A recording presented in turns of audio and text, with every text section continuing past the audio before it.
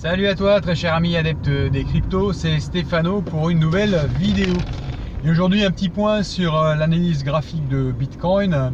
Donc hier j'ai regardé un petit peu ce qui se passait et on a eu une tentative de rupture de la résistance qui se trouve aux alentours de 6660, 6700.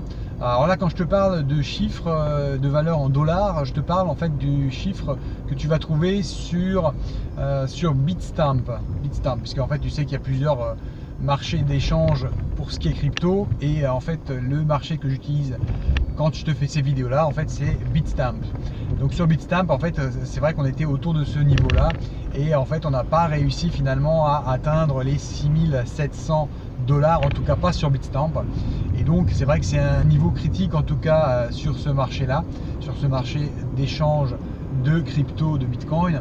Donc du coup ce qui s'est passé, c'est que c'était pas du tout un bon signe, d'autant que finalement on a eu une petite poussée haussière, mais cette petite poussée haussière a été faite sur des volumes qui étaient effectivement plus importants que le reste de la journée, mais sur une chandelle de 5 minutes. Et comme tu le sais, en fait, quand il va y avoir des poussées qui sont effectuées sur des chandelles de 5 minutes, qu'est-ce que ça veut dire? Ça veut dire qu'en fait, on a une personne, on a des investisseurs ou une institution qui s'est mise sur le marché et qui a essayé de bouger le marché dans le sens qui l'intéressait. Sauf que là, effectivement, elle a essayé d'injecter du fuel et finalement, personne n'a suivi. Et du coup, la résistance est restée en place et on a donc rebroussé chemin. Donc là, on est revenu en arrière, on est repassé en dessous des 6660 et même en dessous des 6600 sur Bitstamp au moment où je te fais cette vidéo. Donc qu'est-ce que ça veut dire pour moi sur le long terme? Ça veut dire qu'on a effectivement fait de nouveau un plus bas qui est un plus haut qui est plus bas que le précédent. Donc quand tu as les plus bas qui sont à chaque fois les plus hauts qui sont à chaque fois plus bas que les précédents, c'est vrai que c'est plutôt un signe baissier. Donc là à l'heure actuelle, je suis toujours pas convaincu de ce qui se passe. On arrive à la fin du triangle dont je te parlais dans une des vidéos précédentes.